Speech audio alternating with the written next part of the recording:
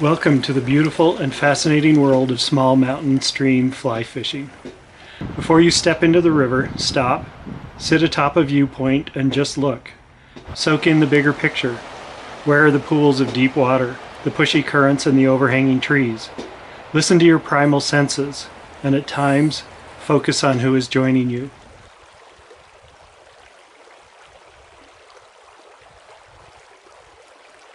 The low light of a cloudy and stormy day will often bring out the bigger fish, and perhaps allow you to fish a stretch of water or a whole day in quiet solitude.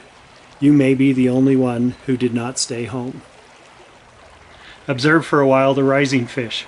Heads and mouths above the water show they're taking flies off the surface. Are the fish laying low? If so, slip wet flies and streamers below the surface.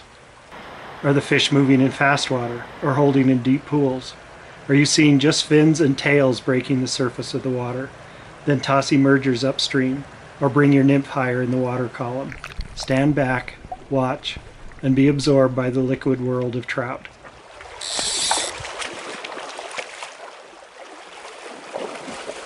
Then ease yourself in slowly.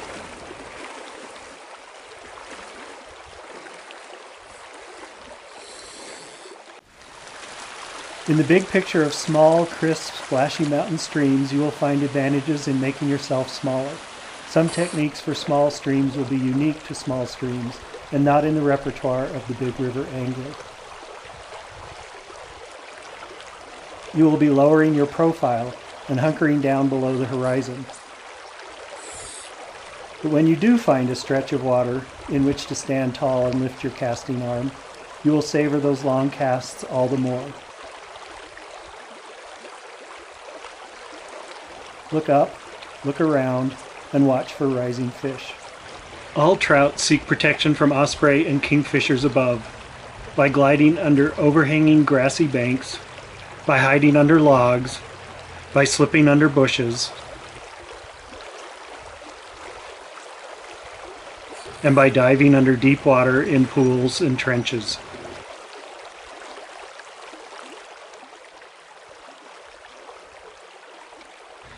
Fish need to rest. You will find trout in slow mountain meadows, in the pools above and below pour-overs,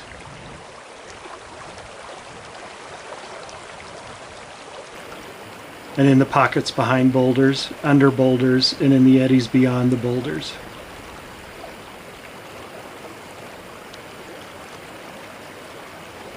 Fish need food, and food is brought by currents. Look for trout to sit in the calmer water along the edges of the fast water. Test those current seams with your flies. In the third dimension, the trout may be resting in deep water below submerged boulders that you cannot see, deep below the currents. So drop nymphs and streamers into the fast water, probing those for fish hiding near the bottom. The fish in small streams are closer to the surface, thereby obliging you to lower your visibility by lowering your profile.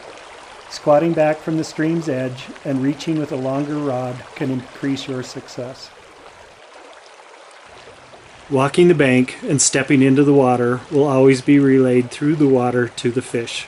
The calmer the pool, the more slowly you must move.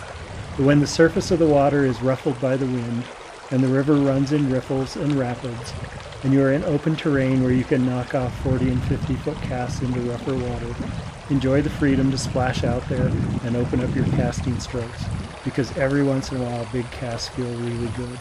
Casting is part of the feeling of fly fishing. Rivers are the giver of life. The beautiful life crowds the angler, requiring you to borrow and adjust your techniques or to invent new ways to deliver your flies. You could bring 10 different rods or wisely adjust your technique with just one standard rod. Read the water, fit a suitable casting technique to deliver your flies to the feeding trout. Dapping is suspending your fly directly from rod to water. The best technique may be to hitch a foot or two of tippet to the tip-top guide and just poke your rod in among the branches above or along a likely trout resting spot. Skittering a dry fly along the surface of the water alongside an undercut rock or bank may take a fish. Sure, on a glassy spring creek, you worry about flashing a rod over the fish. However, fishing in a briar patch, you're close to the water rod, is just one more stick among the many. Dapping your fly directly from your rod to the surface of the water can keep you clean of divergent currents and simplify your dead drift.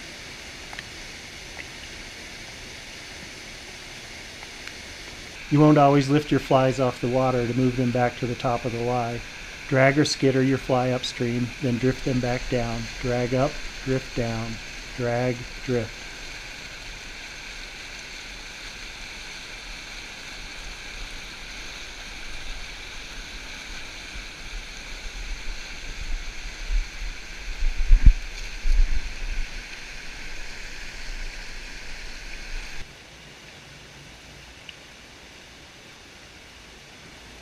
The bow and arrow combines the bow with a catapult and retrieval system all in one.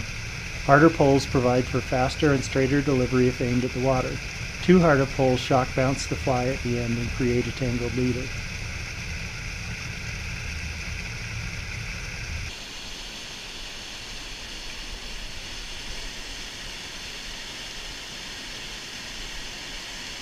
Pinch the lowest fly behind the point along the curve of the hook.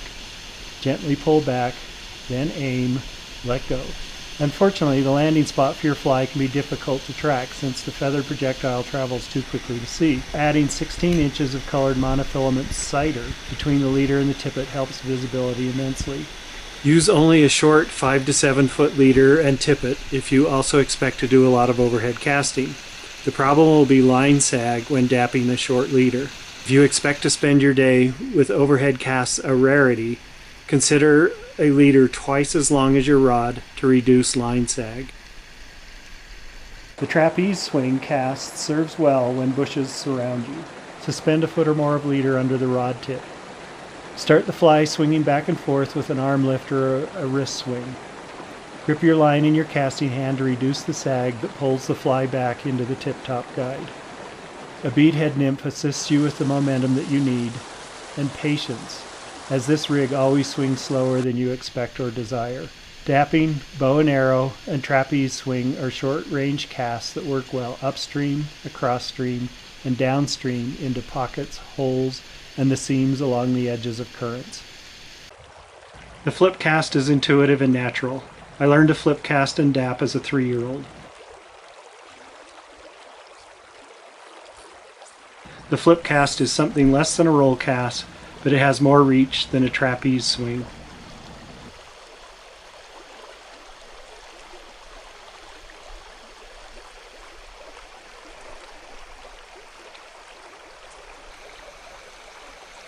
Check for free space above. If there's no free space above you, then go to the trapeze swing or the flip cast to keep from losing a fly to the overhanging bushes.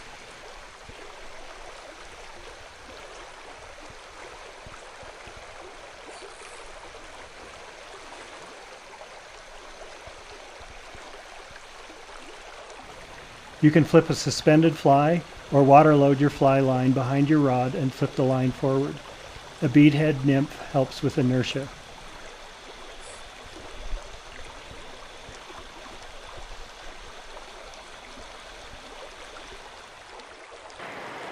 As you start to flip more and more line, the flip cast blends into the roll cast. The roll cast uses resistance of the fly and line on the water out ahead of you. With line ahead of you and on the water, tip your rod behind you, pulling the sag of the belly of the line into a D shape, then forward cast the line, which creates a traveling roll out ahead. To start, flip or feed some line out ahead, tip the rod back behind you, developing the D in the belly of the line, then snap the forward cast.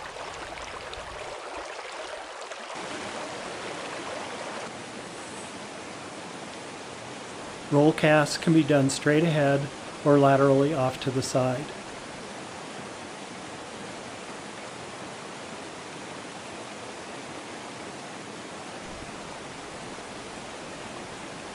Roll casting is also easier with a longer rod.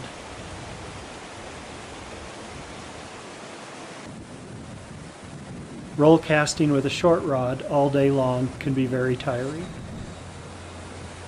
The back and forth of the overhead cast is the quintessential, graceful, and romantic fly fishing image that was burned into my youngest childhood memories when watching my two granduncles working among the willows and currents of the Weber River behind my great-grandfather's ranch house cabin. The overhead cast is the cast that you will take with you wherever you go fly fishing, whatever the weather.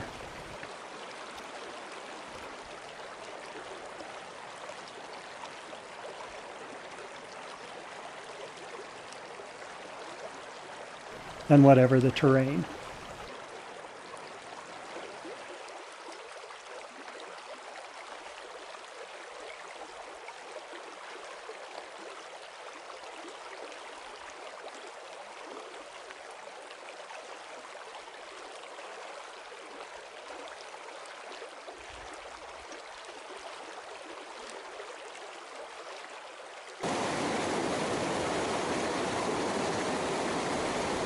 The plane of the overhead cast can be tilted to the side, allowing you to project your flies under bushes, trees, or boulders. The plane of your overhead cast can be tilted up and back to avoid trees, bushes, and high banks. Fly fishing small streams is about smooth, seamless transitions. You will move from shallow, rollicking riffles to deep, glassy pools to threading your tippet into briar patches. And you will transition from flip casts to bow and arrow casts and dapping to roll casts to overhead casts without realizing your transitions have become second nature.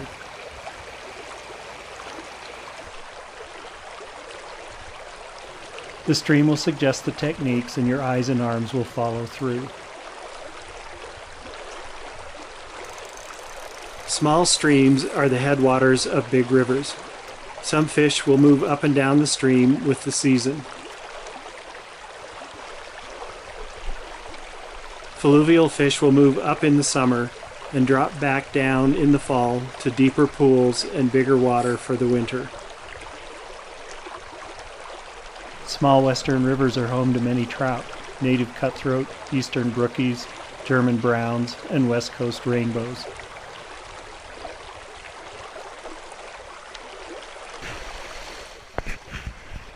You will employ dry flies, wet flies, streamers, and nymphs.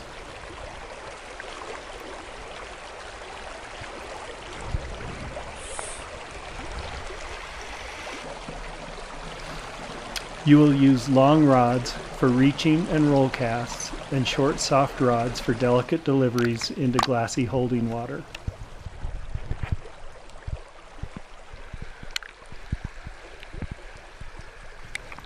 Love the fish, and then set them free.